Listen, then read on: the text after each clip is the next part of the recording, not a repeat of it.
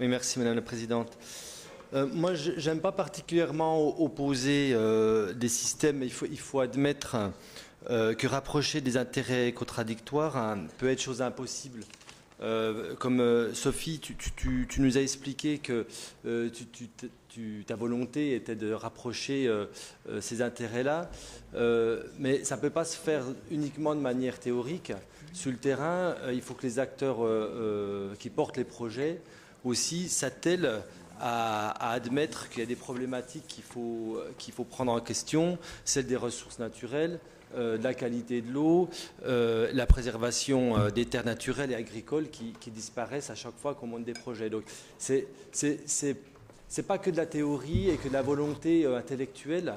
Après, sur le terrain, il y a des vraies divergences qu'il est quasiment impossible de faire converger si on ne change pas à un moment donné nos systèmes de production.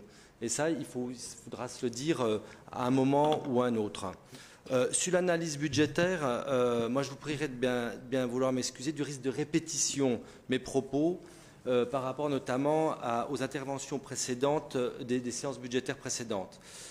Même nous, ça commence Du coup, Éric, tu peux faire court alors. Oui, Marie-Guite, merci, mais j'aimerais bien au moins prendre 5 minutes sur ce budget environnement. 5 minutes, oui. Oui, je ne vais pas aller plus long. Non, mais quand même, c'est un peu pénible d'être à chaque fois interrompu. Hein. Moi, j'ai du mal à l'accepter, hein, franchement.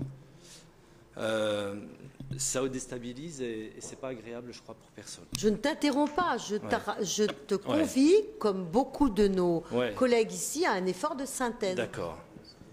Je pense que je fais toujours attention. D'ailleurs, cette répétition sur ces budgets de mes interventions, même nous, ça commence à nous lasser, donc j'imagine que vous également. Et ça devient une vraie préoccupation que nous souhaiterions voir partagée. Le budget environnement baisse cette année, c'est une réalité. Alors que le budget de fonctionnement global est contenu à une croissance de 1%, le budget de fonctionnement dit environnement baisse de 3% environ en crédit de paiement de fonctionnement.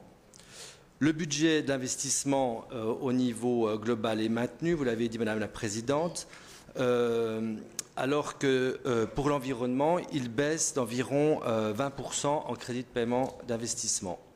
Cette baisse, vous ne la voyez pas dans le budget primitif 2014, puisqu'elle est masquée par le nouveau fonds régional pour la biodiversité, dont on a parlé hier, dont on vient de parler largement aujourd'hui.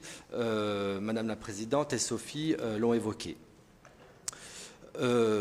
En inscrivant au BP 3,5 millions d'autorisations de programme et autant pour des autorisations d'engagement, ainsi que 250 000 en crédit de paiement de fonctionnement et de CPI, on modifie forcément le budget environnement. Je ne reviendrai pas sur le bien fondé ou pas de ne pas inscrire la protection de la biodiversité dans les PO du FEDER. Nous l'avons déjà fait dans les séances précédentes. Mais je souhaiterais vous alerter sur le fait que si la région inscrit pour le budget 2014 ces 2 fois 250 000 € en fonctionnement et en investissement, c'est bien en échange de crédits équivalents économisés sur d'autres budgets inscrits et mobilisés dans les PO en cours de négociation.